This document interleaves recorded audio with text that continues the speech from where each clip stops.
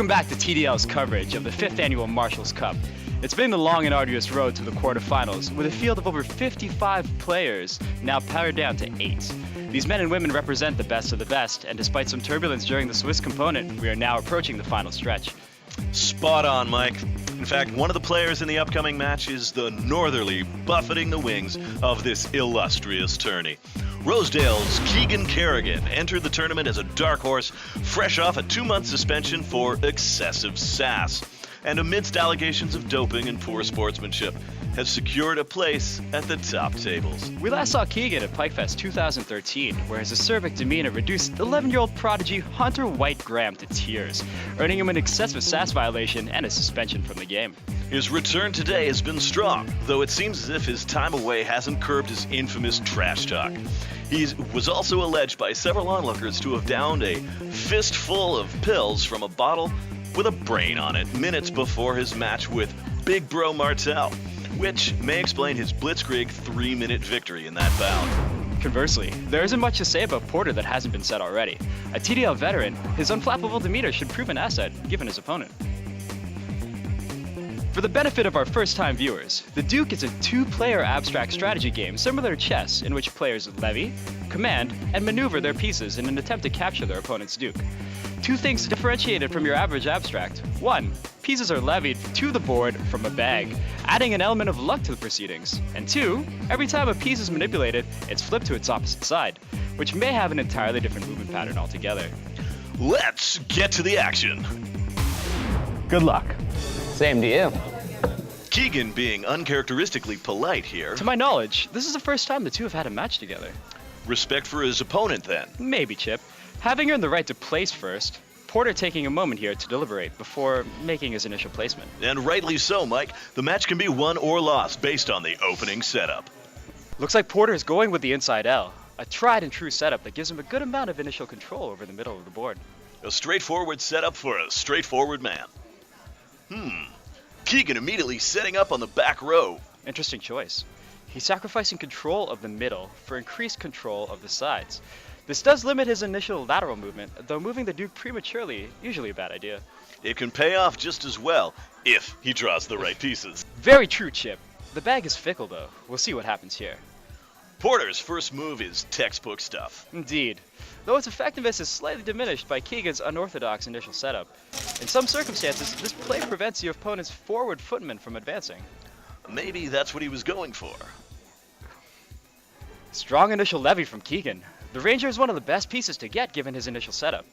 The forward slide allows him to immediately threaten Porter's front pawn. Really good in this situation. Naturally, Porter moves his back row footman forward, allowing him to cover the other one.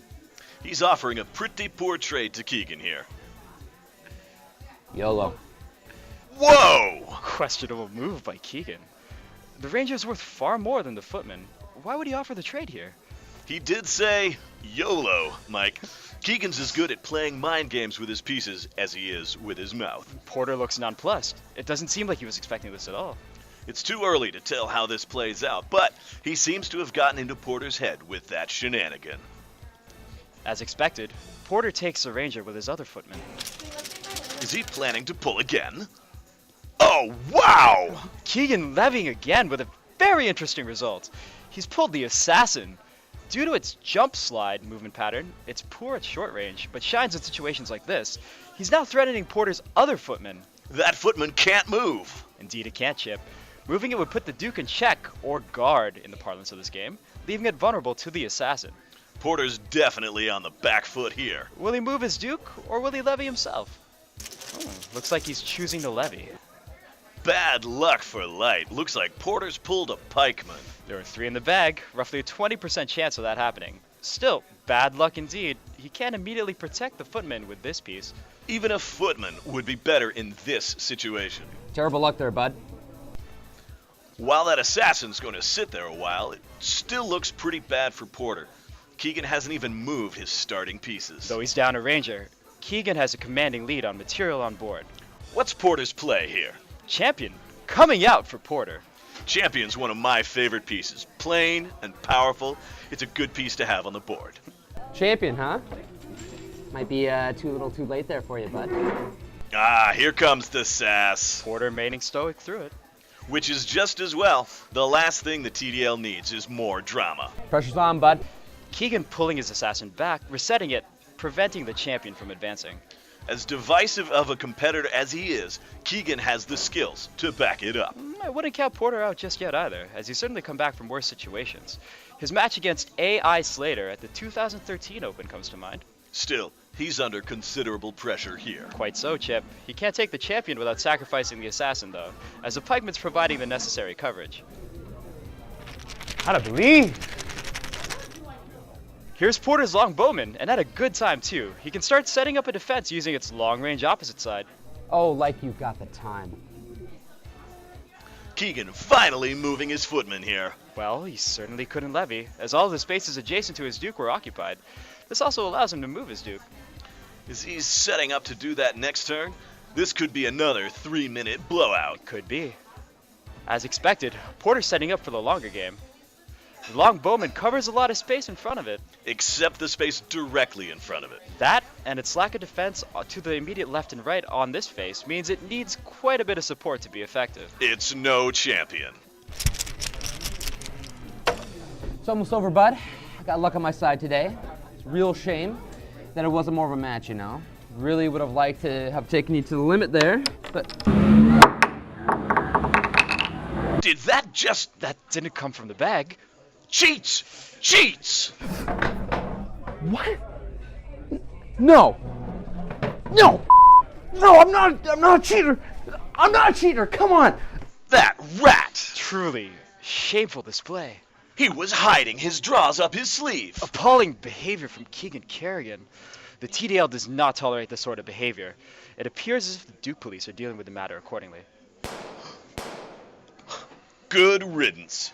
Cheaters never prosper, kids. Except in baseball, high finance, and professional wrestling. It appears as if Porter's San Miguel wins by default, advancing to the semifinals.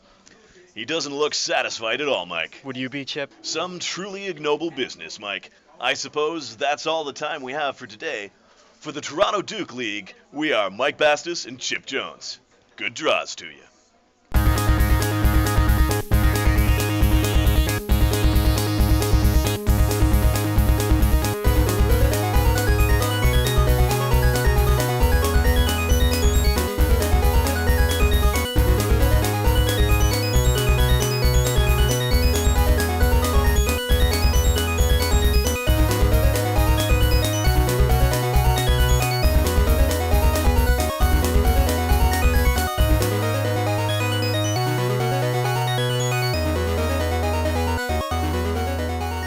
YOLO.